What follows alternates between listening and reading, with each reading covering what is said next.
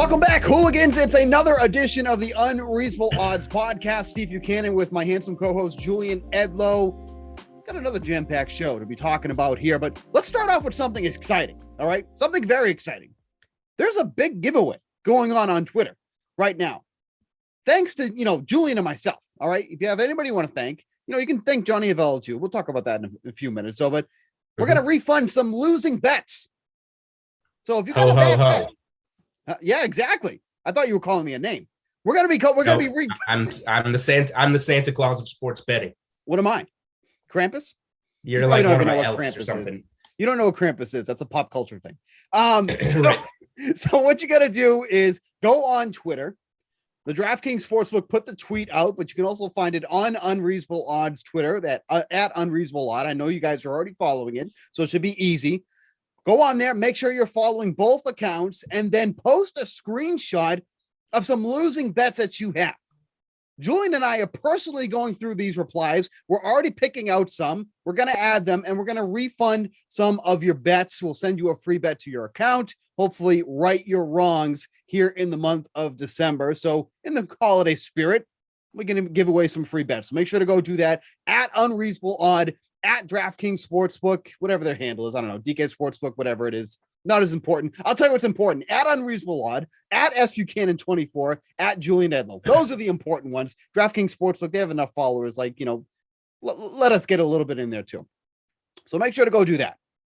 Speaking of winning and losing bets, though, let's get right to cash it or trash it. Okay. Start off with probably one of the bigger sweats I've had all season long. I had Tampa Bay. Had him at 3.5. Wasn't thrilled about it. Wanted to get him at 3. Didn't get it. Had it at 3.5. Easy peasy through the first half. Had a couple snacks. Wasn't worried about it. Second half. Snacks? What kind of snack? Nachos. Nachos. That's a pretty heavy snack, Steve. Well, it's NFL Sunday. Nachos with banana peppers, by the way. You got to have the banana peppers on there. And some olives. I'm a huge banana pepper guy on pizza, sandwiches, anything. Black olives, you got to put those on there too. Yep. Great. Yeah, see, good. And then the second half starts in a completely different game. Really, let me take that back. Really more of like the end of the third quarter to the fourth quarter. Completely different game. I thought the Buccaneers almost blew it. Josh Allen, you know what? You want to give him crap or whatever. He's a quarterback, man. He is an absolute athlete. He just carried that team really in the second half there, almost pulled out a win. Buccaneers end up prevailing, but that was probably like the ugliest win I've had all season long. Obviously, Tom Brady at the end doing what he does to give the Buccaneers the victory, but really hard fought loss for the Bills. But I wasn't upset about it because it cashed to -3.5. So it was ugly. The Buccaneers end up taking away at -3.5. Very good job. I had a small play, less than a unit, that I added into my best bets article of Tampa at -3, -120. I got it before the move. But yeah, I didn't want to push that at the end on a loss in overtime or even lose it in overtime. So that was a nice little win. The big cash, it was obviously the Browns. That was the one spot that I looked at and really liked on the board this week. They went up, 24-0, was it? Yep. And I was like, I knew this was a smash spot. And then, wow, a lot happened. Ravens cover the game. Yeah. So hopefully you got it early like me, got the -130 money line. I played it early as a pick'em. That was the price. Once that got to 2 or more, you're pushing or losing. So sorry if you were late. It's one of the occasions, some people wake up on Sunday and bet NFL. I like to do it early in the week, as you'll see when we come back after Odds Are with Johnny Avello. My bets this week are in. I love the Week 15 board. So yeah, Browns money line was a cash. Bucks were a cash. Played some Falcons live that cashed and had a perfect 3-0 week going into Sunday Night Football when I gave away my perfect week, which leads us into our Trash It segment. I thought the Bucks were going to throttle the Bears. The Packers were going to throttle the Bears. They did. They won by 15 and covered and were up 18 late. They dominated the second half. But of course, I played the first half. Lost a unit there for my only loss of the week. Jakeem Grant is to cost me for that. If you had Packers first half, and you took it from me, maybe tweet it at us and maybe I'll refund you and just shove it right in Jakeem Grant's face. But yeah, Packers get it done in the end in a pretty wild game. Most big favorites covered, like Chiefs cover big, Packers cover big, Denver, Chargers. Yeah. Big favorites covered, and that's something we'll obviously talk about with Johnny. And was there ever a scenario this season that you can remember, at least for me, a faster bet than I made than Packers live line when they went up down 10-0? Yeah, I know. I like the Packers at halftime were -2 for the game. Wow. And I was staring at it. Truth be told, I had a square parlay that I didn't put on Twitter. I just parlayed the money line of those 4 teams I mentioned for like +110 or something. And it all came down to the Packers. So I already had the Packers +110 on the money line. I didn't want to make my winning week worse than it had to be. Should have taken or just Packers third quarter, any of it. Like that was a spot. The Bears were getting those points on Jakeem Grant, just pulling those big plays out of nowhere. For a trash it for me, I was on the Bengals immediately. Bengals were originally opened up as favorites, ended up going to underdogs, and it ended up playing out that way. It was heartbreaking because George Kittle is probably the most annoying player to watch when you're betting against the 49ers. Dude just doesn't miss. He can't miss. Turning his body to get first downs, like twisting in ways that should not be able to twist for a man of his size and stature. He's unbelievable. So it's so frustrating to watch that when you're betting, against him. But holy crap, is he something else? The performance he put in against the Bengals is the sole reason the 49ers won that game.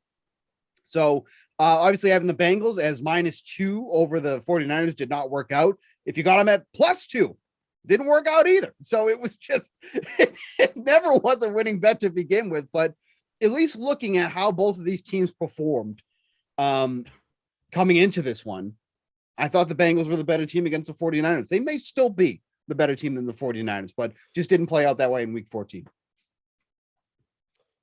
All right. Well, that was the stay away spot for me. And that's pretty much why. Coin flip, literal coin flip game. All right. You want to take us into our next segment, Steve? Do some work around here? Yeah. So we talked about a lot of the favorites covering last week in week 14. We're going to talk to Johnny about that. Hopefully he's in his normal office. I don't know. The favorites did so well. We don't know where Johnny's going to be for this segment. So we're about to find out. Coming to you from the streets. Right. Let's bring in Johnny Avello for Odds Are. All right, everybody, you heard the music. That only means one thing. If you're watching on YouTube, you see we've expanded to a 3-man booth. Odds Are with Johnny Avello. We're welcoming in the man himself. Johnny, how are we doing? Really well. Thank you, guys. Are we doing really well? Because I would like to point out that in week 14, entering Monday Night Football, favorites 11-2. The Rams do come through as a dog outright on Monday Night Football in a really good game. And overs entering Monday Night Football 9-3-1. We've had a couple of weeks this year that have been really good for the book, really bad for the book. I'm assuming this one kind of takes the cake. What were some of the games that hurt DK Sportsbook the most? Well, first of all, guys, hats off to the customers and users that played the right size this week, had a big week. I mean, it just happens, and we're prepared for it, and we move on. It sure wasn't pretty. The Packers and the Bucks were the biggest handles, and they also ended up to be the biggest losses. Giants, Chargers, Jags, Titans, and Saints, Jets.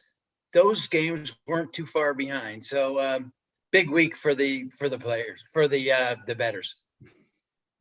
So I'm looking at your wall. It doesn't look like anything's been sold. So at least we're still in a good position here. But on the flip side, did any of the outcomes at least help the book a little bit from what was a really tough week 14? Oh, yes, Steve. The Ravens Browns, we broke out even on that game. So that was a big win for us. I gave out Browns money line early in the week. It was a pick. It went to like -120, -130, gave it out early. Tried to tell people. That's right. sometimes it pays to do that. Steve didn't believe me. He liked the Ravens. Well, the 49ers Bengals that was another small loss. All others were somewhat diminished compared to those top ones, but we were in the red on pretty much every game. All right. Let's look at week 15 really quick. It's kind of more of the same. Last I looked, we had 6 teams favored by 8.5 or more. 4 of them were home teams. But there are some closer point spreads that jump out too. We've talked a ton of Patriots on this show. Road dogs, big Saturday night primetime game in Indy, a Colts team that on their bye week jumped into the playoff picture. And we'll see how they do on Saturday night. Steelers shrinking home dogs to Tennessee. I think that's a wrong team favored kind of situation. We'll see what you have to say there. Which week 15 games have taken the most early money? Well, let's mention those teams you just mentioned. The Pats did open a 1-point favorite. Now the early money has been on the Colts. This does appear to be a good spot for the Colts, who are winners of their last 5. And the Patriots sure did not want a bye week the way things have been going. Titans, loser of the last 2 of their last 3, opened up 2.5, now down to 2. And so this is the Steelers' last shot to stay in the playoff contention. Most early bet games so far, Dolphins -7, 8.5, Dolphins with 5 straight wins. The 49ers are certainly getting some love playing the Falcons in San Francisco. That game went from 7.5 to 9.5. And then the Bengals on the road opened a 3-point favorite, and the Broncos are now the choice at -2. And then to follow up now, which week 15 games do you expect to move the most by kick? Just looking at this, that Ravens-Packers game was a big move, obviously, with the Lamar Jackson injury. You could have got that at -2 earlier last week, and now it's all the way to 5. So, and it was even up to 7. That touched 7 too. Rodgers got aggravated the toe. Yep. So which ones do you expect to move most by kickoff? Well, that game is a move because of injury, a move that may move, just get played in general. And with a couple injuries that we've known about would be the Bills. I think they're going to get a really big push this week. They open 9.5. It's 10.5. McCaffrey's no longer around for the season. Darnell's out, and this line's just going to continue to keep moving north. Now, with that being said, Allen has a sprained foot, and I think he'll play. But if Mitchell Trubisky plays, this line's going south. Play the under as soon as you can if Josh Allen is out. All right, let's talk about kind of the unique schedule change to wrap up the regular season here, because we've got 2 primetime Saturday games. Vegas at Cleveland in the afternoon window, Pats and Colts to take us home at night. What is the handle kind of like on these Saturday games, especially early on when the bowl games are kind of the smaller schools? And assuming that these are more handle, how much more handle do you expect than just kind of a regular, say, 1 p.m. Eastern kickoff on a Sunday? It makes a big difference when the games are isolated. When you have more games, the money gets spread out. These games are going to probably triple, quadruple in handle. Raiders aren't really in the playoff picture, but they're a fan magnet. People like the Raiders. They like to watch them. They like to bet on them. Then the Browns certainly have their following too. So that should be a pretty good bet game. Pats Colts, that's just a solid and well-positioned game. So, I think that'll be the largest handle of the day, but both should do real well. And then we've talked about some Mac Jones and his -500 offensive rookie player of the year in the past week. But let's talk about defensive rookie of the year. This one looks like it's over. It's week 14, confirmed it. Parsons is now -10,000 and a shoe in there. What's the liability looking like on him before the season began? I believe he was +600 in that. So what's it looking like on Parsons, and what's basically over for that category? And I didn't even, really quick before you answer that, Johnny, I didn't even realize this until this morning when I looked over. I think Parsons is now +400 to win Defensive Player of the Year, just outright. I didn't even know he soared up the board that much. Well, he's he's in the conversation when you talk about the big pass rushers. But to win defensive player, I don't know. But wow, what a season for this 22-year-old pass rusher. The decision is really not too lopsided. There were some that got some of the early plus, but the traders keep making those adjustments each week, whether there's money being bet or not. That's their job, because you can't give away too much value. You just can't leave it at a spot where it's just constant plus. So there are adjustments made. We do have a slight loss. And man, I just can't say enough about this kid. His numbers are just outstanding. All right, so let's talk about the MVP handle and how that's shaping up. Tom Brady kind of shrinking slowly over the course of the season. I believe he was plus 175.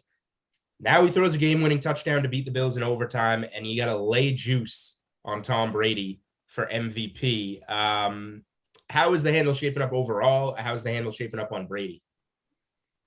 But the GOAT is seeing action. He's now minus 175. Oh and that's an adjustment after Kyler Murray had no TD passes and a couple of picks last night. Yep. I wouldn't count Aaron Rodgers out just yet. He's only got 4 interceptions for the whole year. He's got a higher quarterback rating than TB. So, and remember the move he made last year that was right about this time. One of the amazing reasons we love DraftKings Sportsbook is some of the unique markets that we offer. 2 of those markets are which team gets the number 1 seed in each conference and which team lands the wild card seeds in each conference. What's the handle and liability looking like on those markets specifically? Handle's been real strong on those markets. It looks like the Chiefs, Pats, and Titans are your top contenders. Now, the Pats have been played some, and the Bills actually, who took some money, have fallen back in the pack to 35-1. They've fallen on hard times the last few weeks. There are 8 or 9 teams that still have a chance in the NFC. Still have a chance in the AFC. In the NFC, not so much. The Bucks, who've taken most of the money, they're now to minus 120, the top choice. The Pack and the Cards are following them.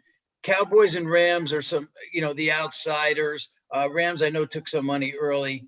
And the wild card, you talked about that. That's also been a good right because 25 NFL teams are still in the hunt.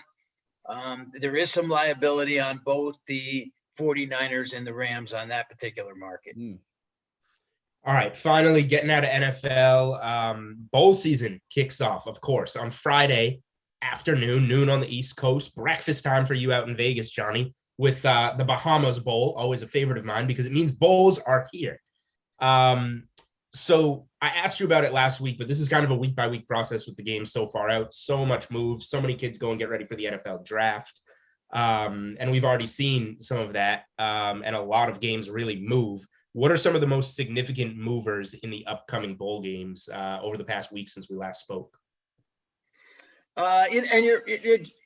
You talk about, Julian, these games starting Friday. I mean, these are not your teams that, you would normally watch right weekly basis in college football. But since these games are also isolated, they're going to tune in, they're going to bet them. In Friday night's Cure Bowl in Orlando, Coastal Carolina is seeing the majority of the action in that one versus Northern Illinois. On Saturday, a couple of 3-letter teams playing each other. UAB's taking some action versus BYU.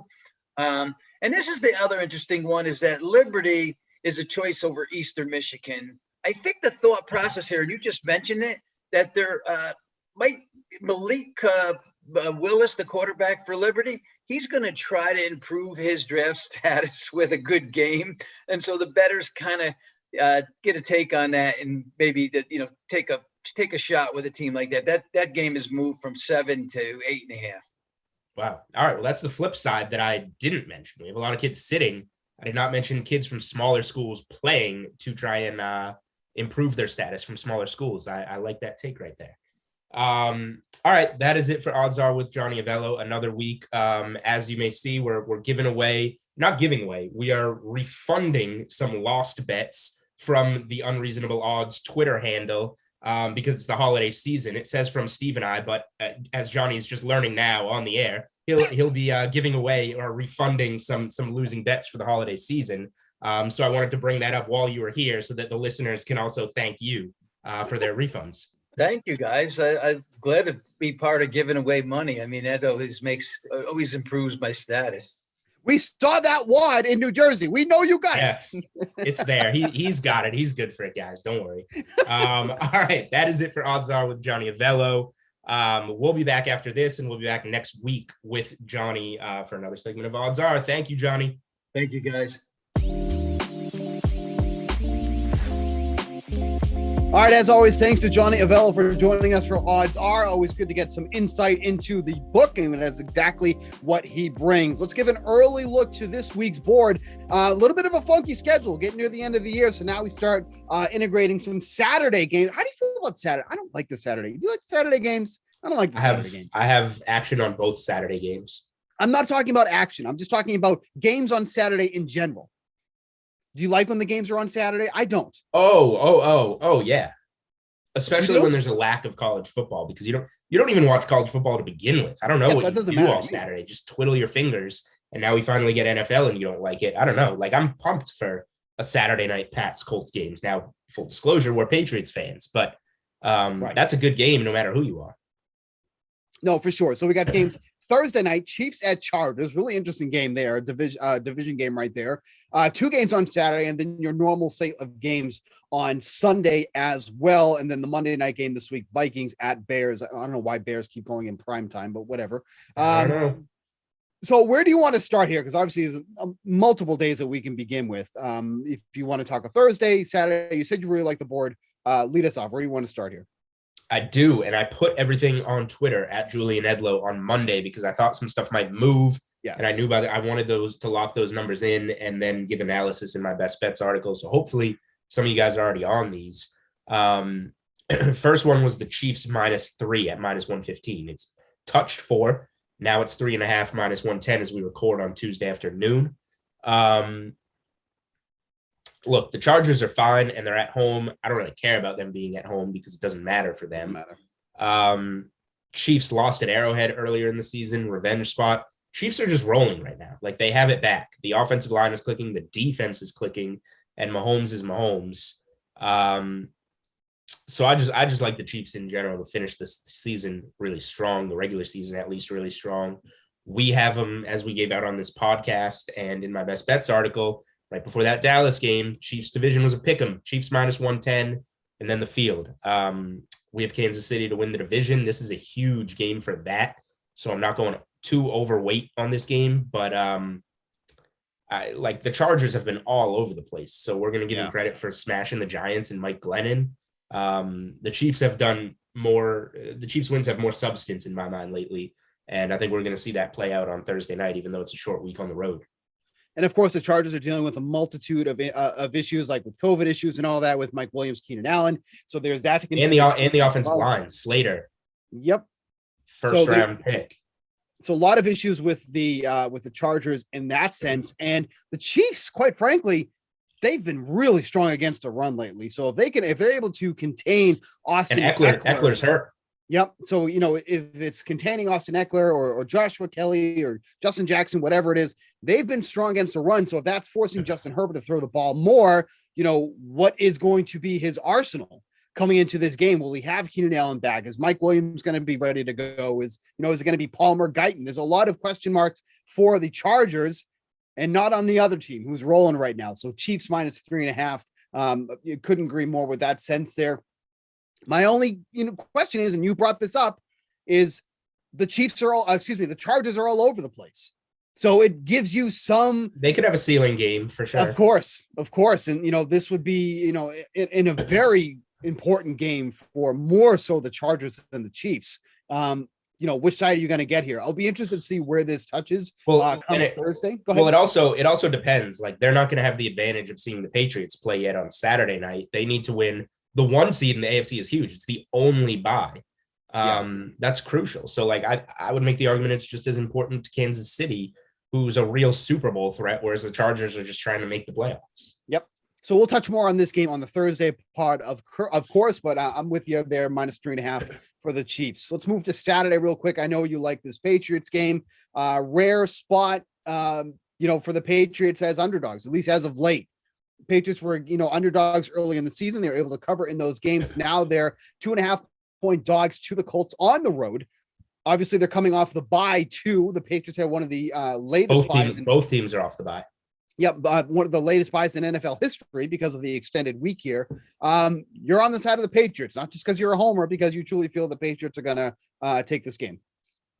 I mean, we bet them every week, and now they're up to 2.5. I put them out at 2 and 110 money line. Now it's plus 120 money line. I still like it. Get in. If this goes to 3, I might have to get back in. Look, the Patriots showed nothing. First of all, they won and covered as road dogs last week in prime time on Monday Night Football, and showed nothing on tape. They just ran the ball. And now the Colts defenders are already saying, we're going to make Mac Jones beat us, show us who he is. They're one-dimensional. We're going to stuff the run. The Patriots aren't one-dimensional. Who knows if that's talk or not? But like if Indy sells out on the run, now you're in a dome with Mac Jones off the bye. The Patriots are going to have passing plays for this game ready to go. So the Colts are fine. They're having a good year. They can certainly run the ball with Jonathan Taylor. We'll see if the Patriots can stop it.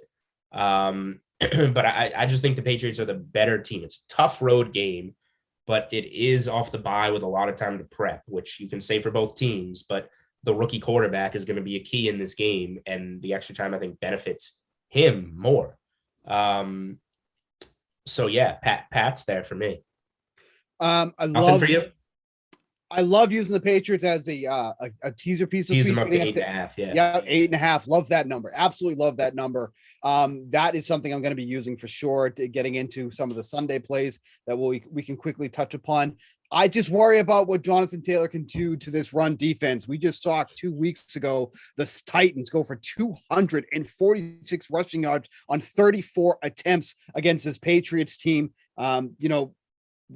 Teams that run the ball well have run the ball well against the Patriots. Teams like, the Cowboys, teams like the Chargers, 154 rushing yards for the Chargers against the Patriots. Those are the type of teams that like to run, and we know Indy is going to be able to do that. So there is some concern there. I probably am also interested in the under while I'm talking about this too as well at 45.5. The Patriots have not been a team that's been hitting the over at a consistent rate. And then if we're talking about if the Colts are going to be trying to run the ball as much as they are, 45.5 feels like a nice number to take the under on that. Any thoughts on that, or do you want to move over to Sunday? I don't mind it. I'm just afraid that it could turn into a pass-heavy game with both teams trying to stop the run. Yep. But we're not going to move to Sunday because there's another Saturday game.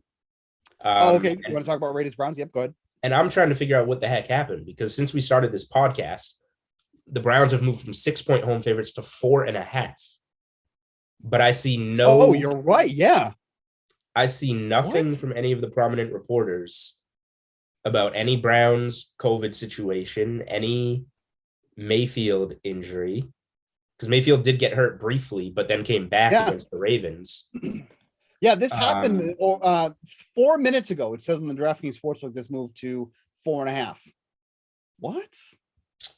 And there's nothing. There's no prominent report out there. So maybe nothing that we know. At least that's where to record it. Yeah. Something happened, but I don't care. I mean, unless Mayfield's out, I guess. But even then, man, like the Raiders are done. The Raiders stink. I think they're going to lose this game. Yeah. I didn't lay any points here, but what I did do, it was a decent teaser spot at 6, but I wrote it up as a money line parlay because the odds worked better for me. Browns money line, and then you go to Sunday, Dolphins money line. Dolphins money line has moved, but with the better value on the Browns now, this still works. So a Browns Dolphins money line parlay is -114. I don't know what the heck is going on with the Browns, but I'm pretty confident, unless they have like multiple key spots down with injury or COVID, that they're going to beat the Raiders at home on Saturday. So yeah, this one takes you from Saturday to Sunday, but the Dolphins are rolling. They host the Jets. Not too scared there. Let's see. What did our producer Samir just send us? There we go. The Cleveland Browns. This is from Fox 28 Columbus. The Cleveland Browns were placed and enhanced COVID-19 protocols following some new positive cases that could impact players who is misspelling available to play in, I think, unless I'm wrong, I'm an idiot, available to play in Saturday's game against Las Vegas. There you go. There you go. Cool. So hold off on that until the news. I already locked it in because I liked the board a lot. But yeah, let's see what's going on with the Browns. Shorter numbers probably better. A lot of these teams with the number moving against them have done just fine this season. Yeah, especially when you're getting close to a coin flip with these two teams. These two teams are not a coin flip, with all things considered. But of course, we have to watch the news on that there. So a little bit of reacting to the news. Don't usually get that too often here on the pod, but something to watch moving forward. Let's move over to Sunday. I shouldn't be concerned, and I don't know why I am. And this is probably going to be the team that, maybe I'll consider teasing down. But like, why am I still a little bit worried about the Bills as 10.5 favorites against the Panthers at home? I give enough respect to that Panthers secondary that's why it's given me some pause. And obviously if Allen is less than 100% because he's got that sprained foot that he's dealing with now, that's not great. So, but I look at this and I'm like, I want to take the Bills because they really should smash the Panthers, who don't even really have a solidified quarterback at this point, right? With Newton and Walker. They should beat the Panthers with ease.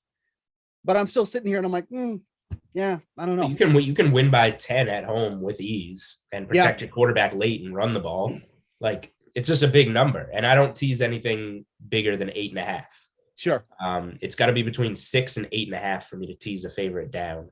So this breaks some rules for me. So if you like the Bills and you think they're going to win, unfortunately, it would probably be a 3-piece money line parlay for me, unless you're looking at a smaller favorite on something else. You got anything else on Sunday? I've been talking before I give my last play. Everything for me, well, I guess I need the Dolphins Sunday, assuming the Browns get it done. Everything for me is Thursday, Saturday. I love Titans -2 against the Steelers. Don't like it? Finish. I just have nothing in this Steelers team that I've seen that they'll be able to beat the Titans. We're starting to get a little bit more healthy. Julio Jones back last week, didn't have a great game, but getting him back on the field is clutch because now they have to legitimately have to worry about some receiver in that offense that they have to worry about. And the run game's been pretty good for the Titans. Even though they lost Derrick Henry, he's irreplaceable. The run game has been more than efficient. And this Steelers team has been gashed on the ground, especially as of late. You look at what some of these teams have done over the past couple of weeks, 191 yards by the Bengals, 232 by the Vikings last week, 229 by the Lions in week 10. There are teams that are absolutely gashing them on the ground. The combination that they've been using has been more than efficient. So getting this game close to a coin flip, I'll take the Titans all day, even on the road. All right. So my last bet for Sunday, Steelers +2.5, Steelers money line. Here we are. We don't have many head-to-heads, so this is good.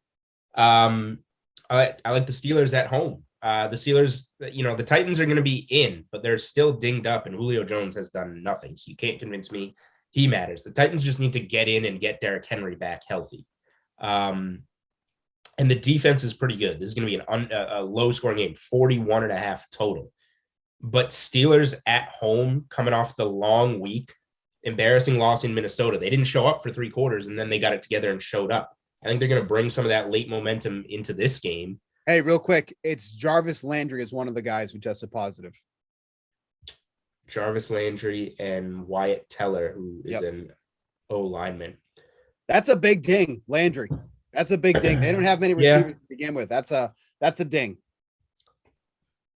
Let's see where it goes. You don't bet it at this point. I've bet it. Wait and see. But I just think there's more value there. I still think the Browns will win that game. All right, so going back to the Steelers, not much to add, but just Steelers at home, coming off a long week, coming off a loss, a gotta-have-it week to make the playoffs. The Ravens, Lamar Jackson's now hurt, and they're kind of falling apart. I just think the way Tennessee is constructed right now, they're not that good. They are good. They're just not good now. And the Steelers are going to be more desperate, and they're at home, and there's not going to be many points. So give me the Steelers. All right, head-to-head on that. we'll have to make a friendly wager with Christmas coming around. Maybe you can buy me a nice bottle of some one of my favorites. Because when I win this bet, you can buy me some. What are you talking about? You don't like? We don't have any sponsorships, do we? What do you think? My hard liquor days are behind me. I very rarely. I'm not downing it every week or anything like that. But if I'm gonna have a drink of choice, like that's gonna be one of them. You know, that's all. I never accused you of downing it every week, Steve. I'm vying for a sponsorship, so I'm shouting out one of the best drinks out there, in my opinion. Okay, I have some sponsorships in mind. We should start looking at sponsorships for the Unreasonable Odds podcast. So maybe that'll come to fruition one day. I will start liking you if you want to be the sponsor. Yeah, Unreasonable Odds brought to you by the DraftKings Sportsbook and rolls right off the tongue. Well, all right. Well, now you're just giving away. Cut that out, Samir. Now we're giving away free promos. Unreasonable Odds brought to you by me, the Santa Claus of sports betting, Julian Edlow, and my little angry elf, Steve Buchanan. That'll do it for us on Tuesday, recapping week 14. Tuesday, December 14th, recapping week 14, leading up to week 15. We'll see what's going on with the Browns when we join back with you on Thursday with a very special guest to keep talking NFL. I love this week 15 board. Let's make some money this week.